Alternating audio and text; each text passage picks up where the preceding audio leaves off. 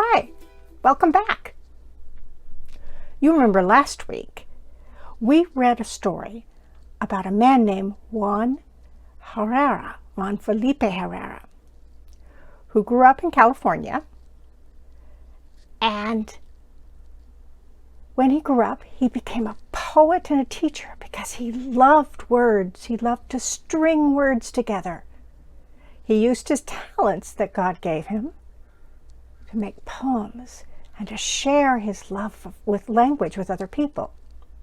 Well, today we have another true story. It's about a woman called Isatu who lives in Gambia in Africa. And it's a true story of how she and her friends did something to make their village a better place. Let's read. One plastic bag. Written by Miranda Paul and illustrated by Elizabeth Zunon. This book takes place in the country of the Gambia, West Africa, in a tiny village called Jau. Isatu walks with her chin frozen. Fat raindrops pelt her bare arms. Her face hides in the shadow of a palm leaf basket, and her neck stings with every step. Warm scents of burning wood and bubbling peanut stew drift past. Her village is close now. She lifts her nose to catch the smell. The basket tips. One fruit tumbles, then 2, then 10. The basket breaks.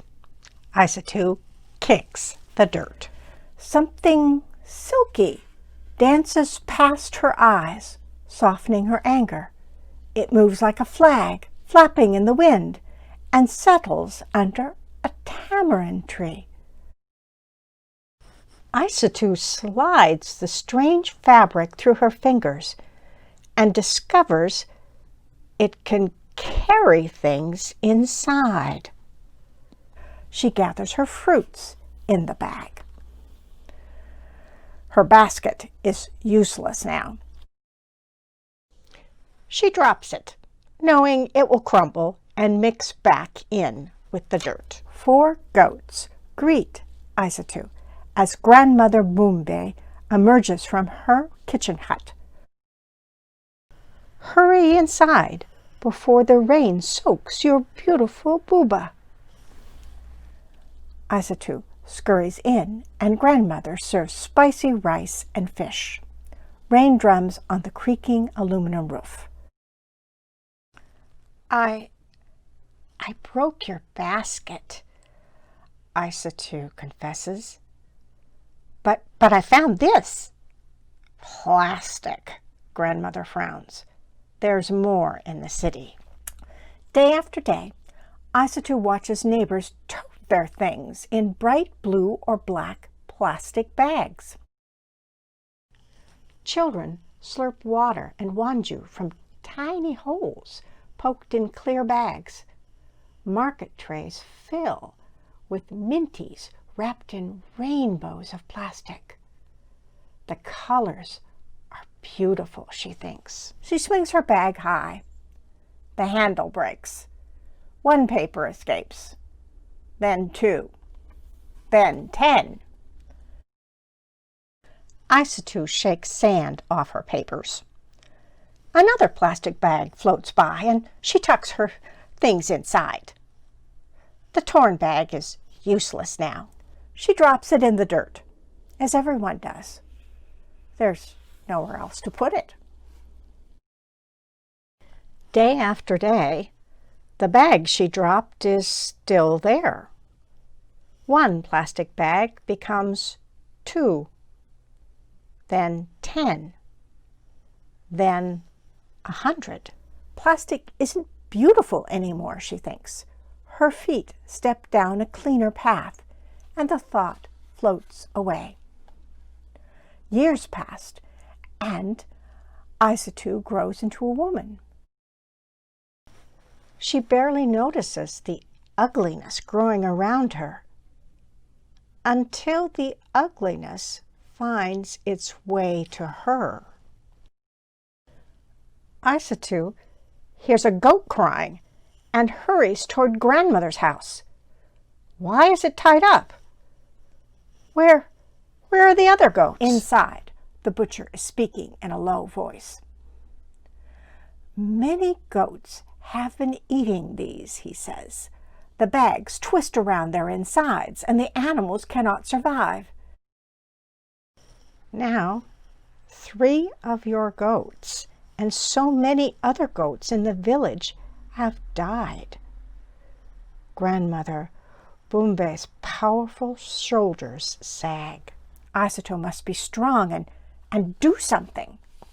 But what?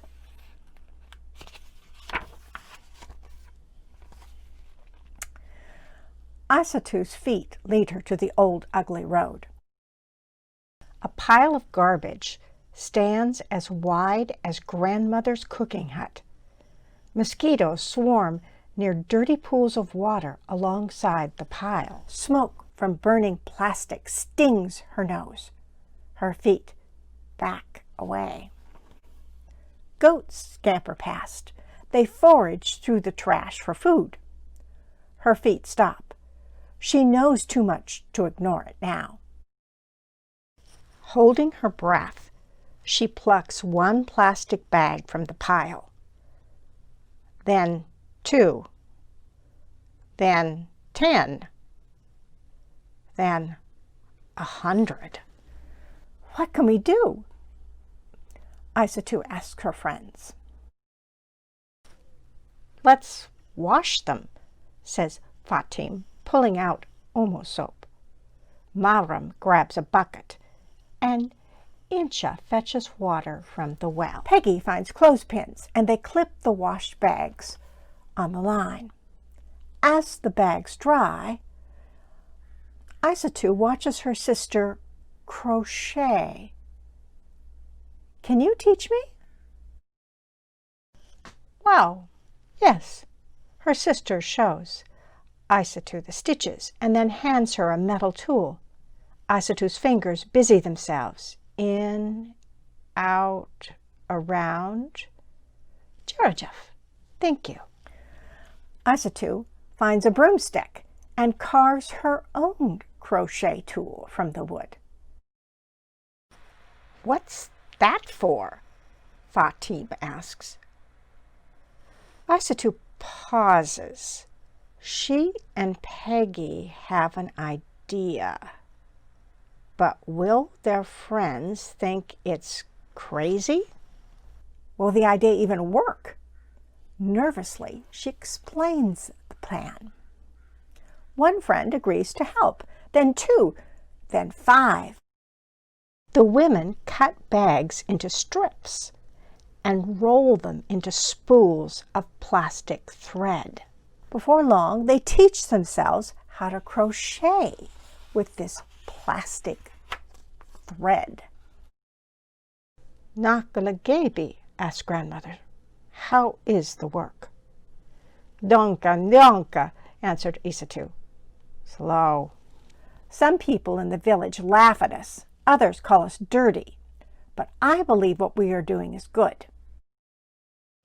The women crochet by candlelight, away from those who mock them, until a morning comes when they no longer work in secret.